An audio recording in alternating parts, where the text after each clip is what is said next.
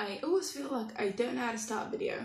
So, introduction. There we go.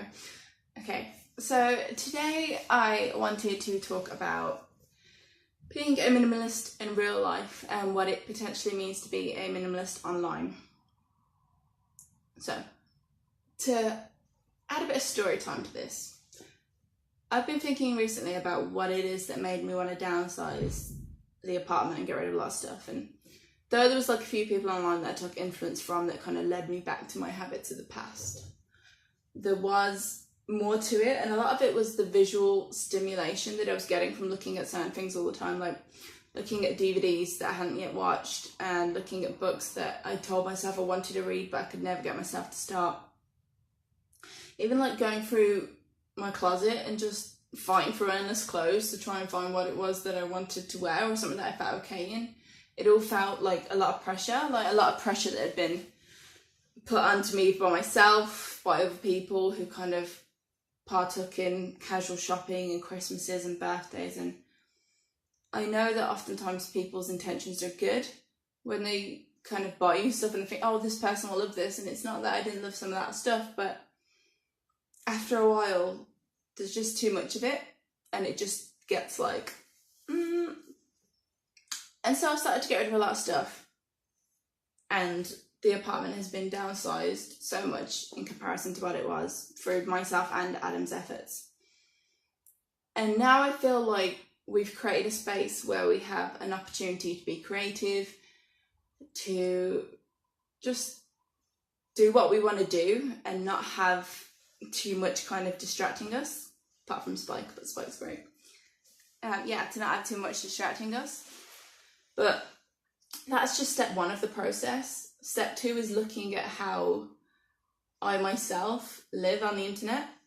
That sounds really weird to say how I live on the internet, but I may have a minimalistic home that gives me all of these opportunities and kind of gives me the free space in my mind to do what I want to do, but I then have to ask myself what I'm doing when I go online and kind of evaluate that. And right now, like, looking at, when I've spent 2 hours on YouTube or when I've read endless articles that have made me feel like shit and feel like distressed at the world and like everyone in the world is just murdering each other, like stuff like that doesn't get me to be the person I want to be, and that's not what I want to do. A lot of it is addiction and doing something because it's what you've always done. But to me, like, I could call myself a minimalist in my real life, but I couldn't call myself a minimalist when it comes to being online, which is what I want to do. I think the problem with the internet is it can provide you with so much inspiration, and the internet has helped me feel inspired to create a lot of my videos because it's got different ideas going through my brain, but it can also be an incredible source of distraction. And I think it's important to look at it and realise, or, try and think about how much of it you use, what you use it for, if it's benefiting you, if it's helpful. Because oftentimes I found myself watching people and been like, la da da, and like an hour later I'm kind of like, what have I taken away from that experience? And I don't want to live that way. I want to live intentionally. I've noticed that oftentimes what I want from my life, the actions I'm doing in my day-to-day, don't get me to go down that path. They get me to go down like a binging path of like watching interviews with the cast of Riverdale and like putting out endless music videos, and that stuff can be great and you can't be productive every moment of your life, but it's kind of just working out what's the balance. And right now I feel like I'm not in balance, and so I want to work to take myself away from the internet in that regard. I still want to make videos, of course, but I don't know, I need to sit down and take a look at myself and just work out where I want to go moving forward. And I think it would be helpful for other people to do that as well.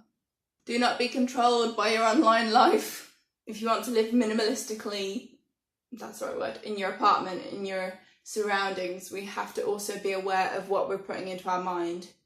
Because what good is it being a minimalist out here if you're not a minimalist in here? Or something along those lines. I don't know.